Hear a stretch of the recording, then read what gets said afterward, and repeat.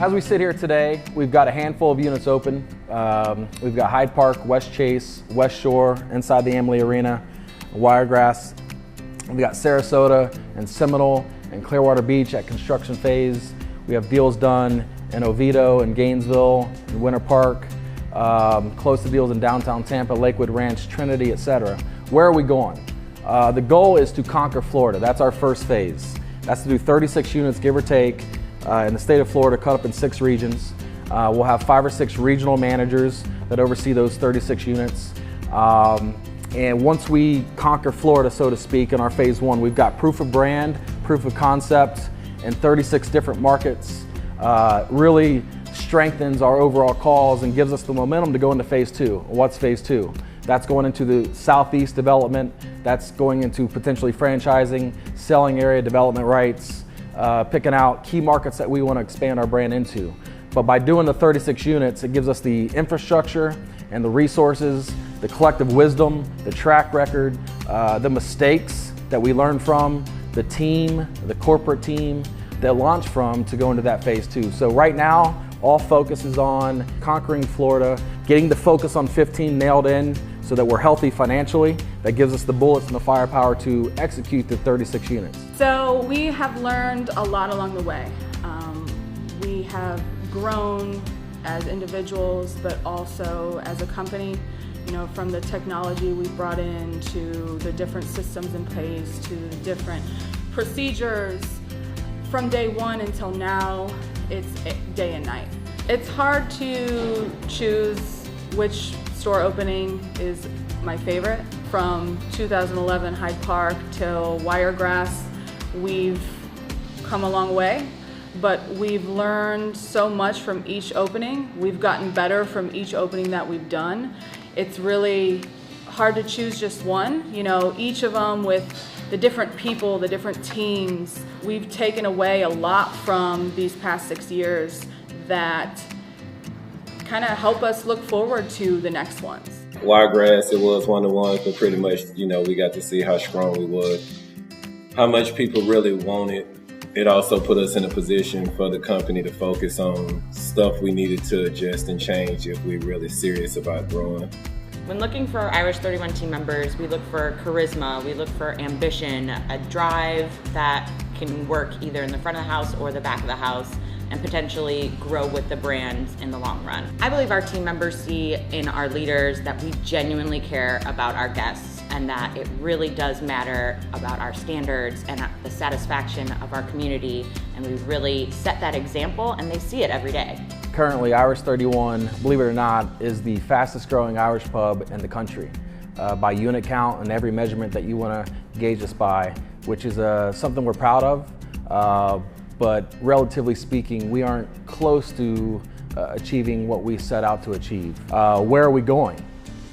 Our undeniable, unwavering #1 goal is to be the largest and most recognizable Irish pub in the world. And how will we do that? By doing what we've done the last 6-7 years consistently every day. That's putting the focus on the customer, that's putting the focus on building the culture, that's putting the focus on doing things right, the details, the balls, the bags, every single customer coming in, getting that world-class attention and service. And on the flip side, not being afraid to think big, not being afraid to think legendary.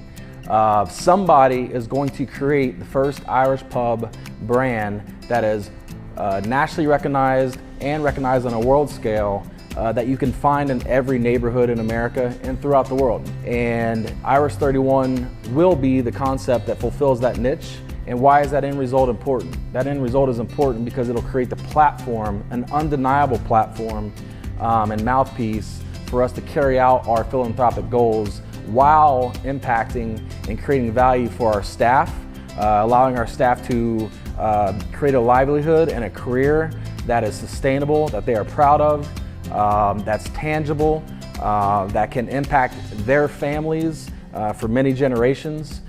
So everybody wins in this amazing endeavor that we've set out on to create the largest and most recognizable Irish pub. Why is that important? Because all of those goals that I just talked about are all achievable if we create that platform because it helps communities, it helps our staff, it impacts livelihoods, sustainable differences and sustainable results. And that is what I'm most proud of, and that's what wakes me up every day with a hunger in my belly to achieve this desired goal. We started in 2011 with about 40 employees, 3 or 4 managers, and we talk about 36 units and conquering Florida and getting into 36 communities and establishing the concept, proof of brand, and all the amazing things that can come with that. How do we get there? It's easy to say, but you need the firepower, you need the foundation of people to get you to that end result. As I said, in 2011 we started about 40 employees. To date, we have about 350, approaching 400 employees by the end of the year. To get to the 36 units, we'll have about 1,500 employees, about 150 managers.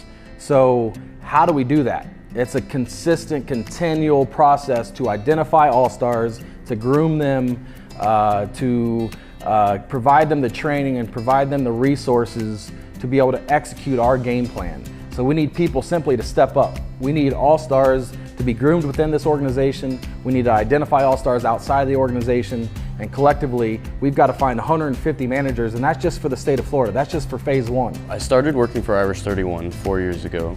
When I started, I was a fry cook and I was still in culinary school. I worked my way through culinary school while I was gaining stations on the line, progressing and growing stronger. I graduated school as a lead cook at Irish 31 and continued working there, becoming a trainer and opening 2 stores since then. I'm currently a kitchen manager, and I've worked my way here, and no one's gonna take that away from me. I see myself here as long as it takes for me to be the best that I can be. And I want to continue my journey and eventually, rewrite menus, work specials, and essentially be another executive chef at one point. I've worked here for 4 years now. I moved my family here from Oklahoma. We moved to Hyde Park. Looked like a cool place to work. I filled out an application as a line cook, worked hard, and became the kitchen manager. I've been the kitchen manager for 3.5 years now. I want to work here as long as I possibly can, and I aspire to be a corporate manager.